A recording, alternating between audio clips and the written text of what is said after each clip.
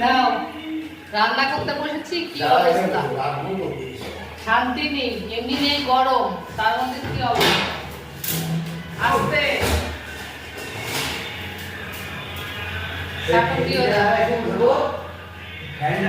ছেড়ে দিলাম।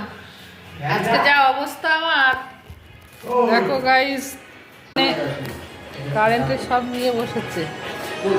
এই যে গান শুনছে একজন,